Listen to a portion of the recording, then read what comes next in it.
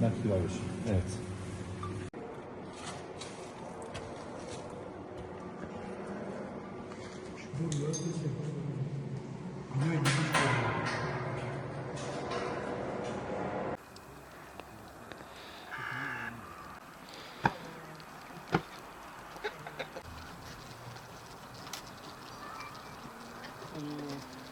Ahmet. Evet, buyurun olsun. Ön blok. Bunda var isim güzel. A'da ilk. İlk ismi güzel. Çok güzel kardeşim. Şimdi yerine gidip bakacağız. Nasıl uygun görürsek. Evet. Burada bizimle beraber olan sayın valimiz. Bu şekilde hizmet edecek ve burada yangın merdiveni içeride. Evet. 12 tane ultrason gözleme alanları burada var. İlişki bu tarafta orada. İki acil birbirine bakacak. Kaç cam merdiveni?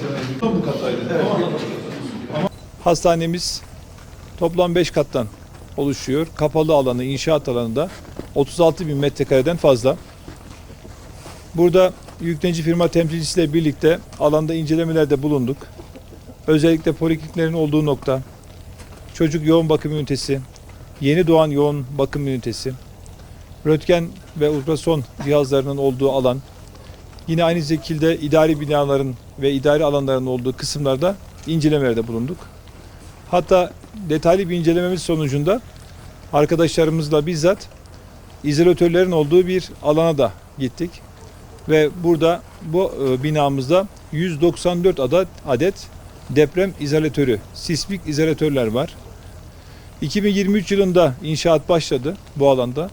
Şu an içinde bulunduğumuz 2026 yılının inşallah Eylül-Ekim aylarına doğru inşaatımızın büyük kısmını tamamlamayı ve inşallah bu güzel hastanemizi hizmete açmayı planlıyoruz.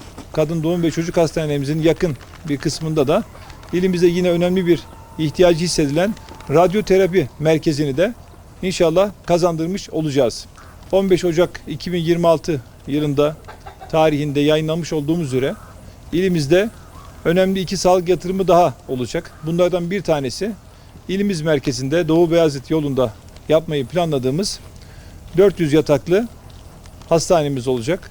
Bu hastanemizin de geçtiğimiz günlerde bilgisini de paylaşmıştık. Zemin etüt çalışmalarını başlattık. Bir diğer yatırımımız da üniversitemizin yerleşkesinde 200 yataklı yapılacak olan bir hastane. Bunlara ilave olarak da şu an içinde bulunduğumuz, alanda bulunduğumuz Ağrı Kadın Doğum ve Çocuk Hastanesi'ndeki çalışma olacak. Önemli bir hizmeti inşallah hayata geçirdiğimiz takdirde Ağrılı hemşerilerimiz, kardeşlerimiz buradaki hizmetten en iyi şekilde faydalanarak inşallah bölge sağlık alanında bir cazibe merkezi, bir önemli başvuru merkezi olmuş olacak. 270 yataklı bu hastanemizde 57 polikliniğimiz hizmet verecek.